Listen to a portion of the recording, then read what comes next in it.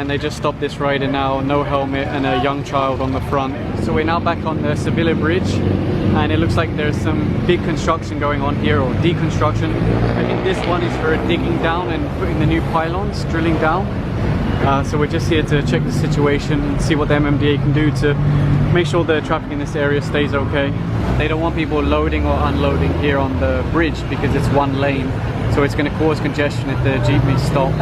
So they're telling them to either go on the other side of the bridge or to go further down that way. So they just stopped this jeepney now. Let's work out what happened. Loading, unloading. Like I mentioned earlier, they don't want people loading and unloading on the bridge because it's only a single lane, and they have been warning people not to do it. So because there's a huge volume of cars here, they're going to allow them to counterflow, because on the other side of the bridge they've already stopped the traffic, there's not many cars there. So to move this large volume of cars, they're going to allow them to safely counterflow under the guidance of the MMDA. Here we have another motorcycle rider that just came past. The back rider doesn't have a helmet, so I think they're going to issue a ticket for this one. He's just asking now for the driver's license, and because there's a license, he'll just issue a ticket and then the man can be on his way. Ideally he'll find a helmet before he continues his travels. They just radioed ahead about this one for loading unloading when they told him not to. There are men up on the bridge and there are men before the bridge, and they're giving them warnings: do not load, do not unload on the bridge, it's only one lane, so do not do it. One of the things that the jeepney drivers have said is, well, they asked to go down, but at the end of the day they are the ones that are in control of the vehicle, and they're the ones to choose whether to stop or not, so they are held responsible. It looks like they've just stopped another man now for no helmet. Hopefully he has a driver's license. Sir, ako po si Traffic Constable Jamanon. Ako po ay nakatalaga sa Special Operation Group. Sir, bawal po tayo nag-drive ng motorsiklo na walang helmet. Pwede ko po bang mayroon yung lisensya nyo? Pwede naman. Sir, titikitan po namin kayo ng walang helmet, ano? Ito po sir, hindi po namin kukumpiskahin yung lisensya nyo. Babalik po namin. Tapos po, tutubusin nyo po siya sa Metrobank. Ang fine po ng walang helmet sir is 1,500, no? Sir, baka pwede babaan na lang po ng ano? Sir, yun po yung violation na nakomit natin. Hindi po natin pwede ano. Ang batas po natin ay ng batas traffic po. Ano po yung violation nyo, yun po yung ilalagay namin. So that's an example of how the procedure should go. Explain why they've been stopped, what the violation is, what the procedure is for paying, and to try avoid getting into long discussions. And if there's a complaint, they can submit it directly with the MMDA. Right now they're looking at this vehicle here that's parked. You can see there's the sidewalk, there's the disabled access or people with disabilities, and this is a road. So if the driver doesn't appear within a reasonable amount of time, it will be towed away as an obstruction. Okay, the driver's arrived, so he'll just be given a ticket and then he can move on his way. Right now they're looking at these two vehicles here that are parked by the side of the road. If the drivers don't arrive in time, they could be towed away as obstructions. There's a sign just over there which says no parking both sides. So one driver has arrived now, they'll just issue a ticket and then he'll be able to move the car without any problems. And it looks like a driver for the white one has just appeared. So again, if he hands over a license, they'll just issue a ticket and then he'll be able to move it. You can see right now they're looking at this Honda over here. No driver's appeared yet, so if he doesn't appear very soon, the tow truck will move into position. You can hear they're doing the sirens and horns to try and get the attention of the driver, to give them a chance to come out and move the vehicle before it gets towed away. The enforcer is pointing out some damage and telling them to take note of it, because if there's ever a complaint, they want to show that the damage was already there before they started connecting to the tow truck. So far no one's come out to claim the car, so they're just going to put it on the flatbed now.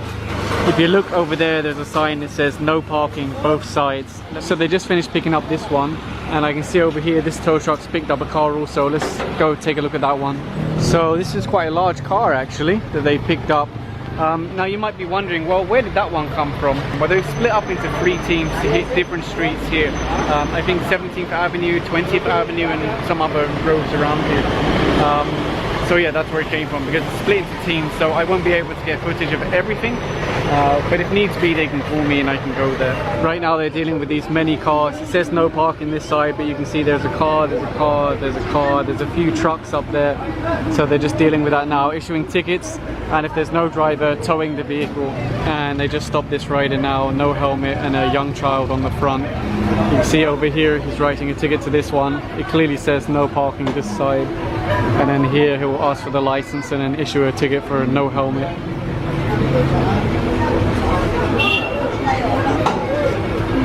I'm not sure if you're able to hear that, but it said it's a student permit, so that means most likely the bike's going to be impounded. It looks like another pair just came rolling in with no helmets, so they've managed to pull them over to the side.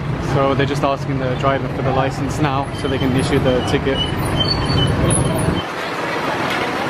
Although he's asking his friend for his license, it has to be the driver. They want to show their ID, volunteer for something, but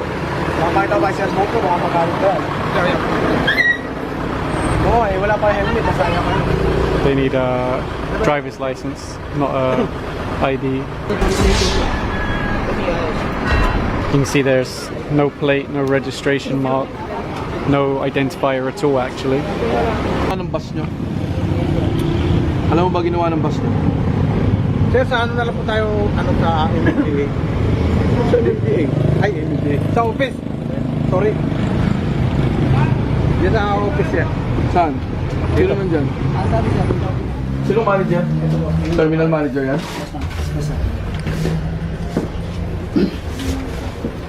Ito lang yung driver sir, yung tinago na nila yung driver. Ayan yung driver? Hindi sir, co-driver niya. Nasaan yung driver na isa? Tinago na nila. Tinago na Kumuha nila. nga kayo ng pulis, papadampot ko to. Kumuha kayo ng Tinago na pulis. nila sir, wala na. Kumuha kayo ng pulis. Huwag nyo kami binabastos ha. Tol, pa, ano raw ng Papa...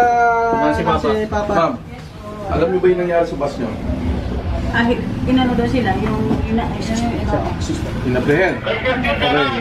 Nagbigay ng lisensya. Sir, paano raw, Invalid dahil zero. Papawalan pa natin dito na. So tapos, pinayagan namin na magbaba kasi ano siya, out of line. Out of line, di ba?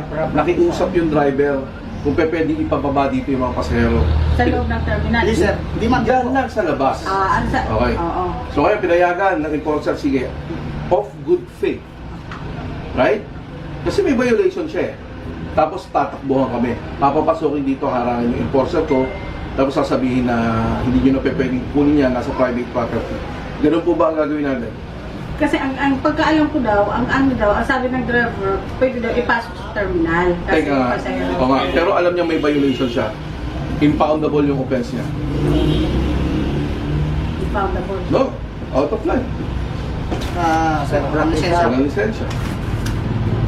Alam niya po ba yung offense niya? Ngayon po, ayaw namin na ginaganyan yung mga enforcers namin. Out of good faith, pinagbigyan siya na ibaba yung mga pasahero. Tapos tatakbuhan kami, tapos haharangin kami ng guard nyo, sasabihin private property na hindi nyo nakapagpwede. So ano, bigyan nyo ako ng options kung anong gagawin natin. Hindi ba pwedeng titikitan na lang po sir kung ano yung titikat po sa... Gusto mong padampot ko yung driver mo sa pulis? Huwag siya magpapakita sa akin, papadampot ko siya. Huwag kaming binabastos naman. Pinagbigyan na nga eh. Tapos gaganyanin pa kami. Ha? May permit ba kayo dito? Meron. Meron. Saan? Kukunin ko pa kasi sa city hall. Okay. Sa City Hall, so wala. Yung yung business permit? Ah, Oo, meron po. meron. Oo. Updated kayo? Yes po. Sige, ito anong sigari ko dito. Yes po. Ma'am, itong remarks dito na submit nyo ba to? Kasama ka ba doon? Oo, sama ko sir, pero hindi ako nagmaniya sir. Kaya nga, ba't nyo kami tinatakbuhan? Hindi po alam sir. Alam namin. Diyan lang. Tapos, Ako nag-limit sa pala kasi hindi ako nagmaniya. Diyan lang ako sa... ano pangalan nito? Yan. Oh, Nung driver? ano si... Pakikuha nga yung pangalan. Sir, Pachera. Masero. Basira. Okay. Louis Basera. Papasama ko sa LTO yan ha. Paparibo ko lisensya niya. Ha? Yung mga ginagawa niyong pambabaso sa amin, hindi pa pwede yan. Kaya, Kasi ma'am, involved po rin siya. Empleyado nyo rin po siya eh. Wala nga po siyang conductor license eh. May conductor license ba yun? Wala. Kanina conductor po siya.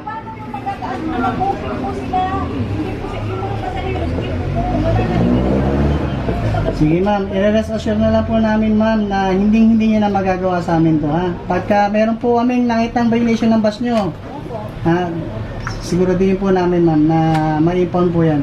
At yung itong nakataka sa amin ngayon, papaalarma po namin yan. Hawak po namin yung kopya ng driver na involved, no? Papaalarma namin yung papagawa ni Sir Bong ng recommendation for revocation of license yung tao na to, ha? Sige po. Sige ma'am, salamat po.